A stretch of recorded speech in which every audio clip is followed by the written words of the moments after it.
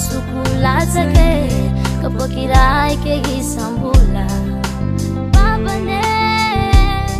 si Zakakwe Hirato no way katsiya Fakiyareta ko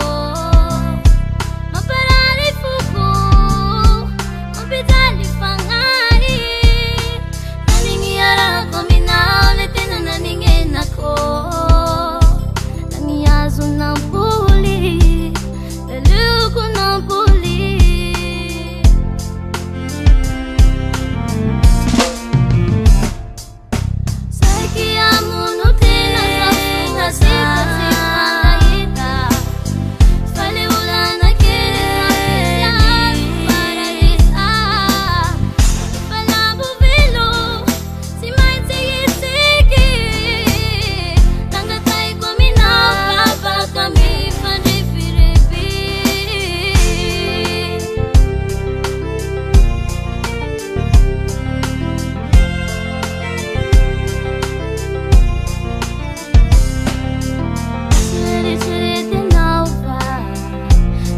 Nataku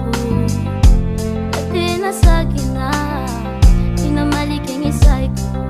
Sa vida niya manesu-esu Pambabuka bula Rano masukulat sa gay Kapag kiray kay isang bula Babane Si Tati Kwe Hirato no way kasi Fakiyareta ko